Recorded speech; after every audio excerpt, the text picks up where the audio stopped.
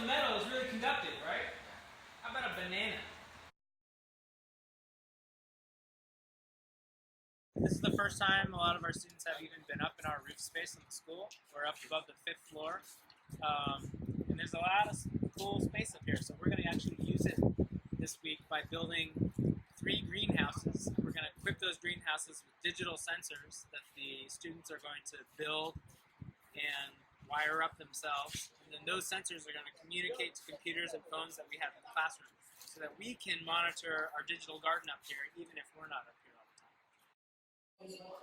It's kind of like a bookshelf for plants, and it's already it's got 3 openings, but it was extremely hard to make. How did you feel building it? Very upset Why? because it took so long. The planting part was easy for us because I already knew how to plant because my mom showed me and everything. Yeah. What did you plant? I plant watermelon.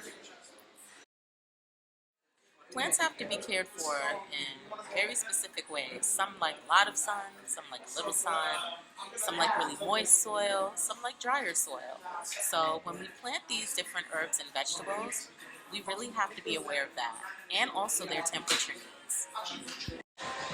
So we built miniature greenhouses, and then we used the Arduino to make a temperature sensor and a soil moisture sensor.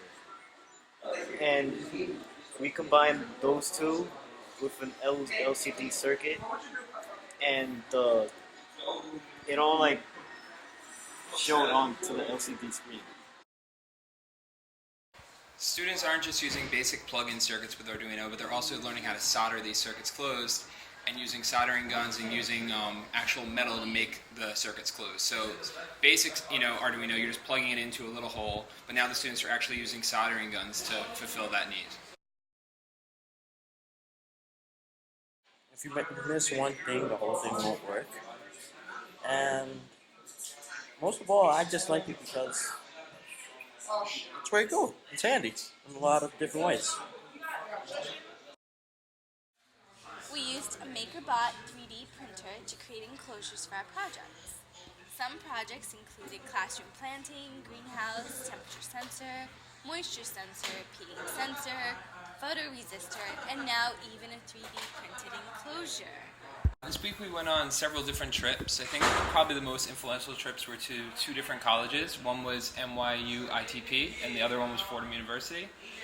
The students were able to see grad students working in the fields of science and engineering and actually seeing projects that they're doing in the classroom on the grad school level.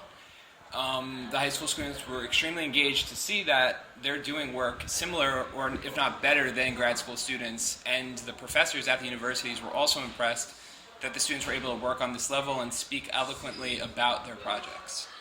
Students were also able to see on these trips real-world applications of the projects they're doing. So professors were able to tell them, hey, these could be jobs for you in the future. These are careers. They're not just a week-long project, but this is something that you can use for a portfolio or resume, when you're applications for college, and actually get jobs in these fields and make a lot of money doing it.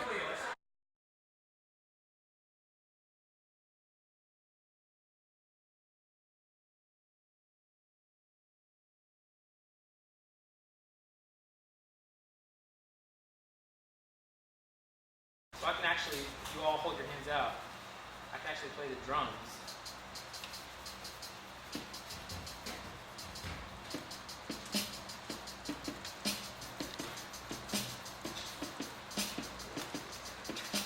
You guys feel the electricity at all?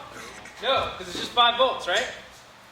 But we're conducting electricity through our bodies and we're controlling a computer program just with conductivity, right?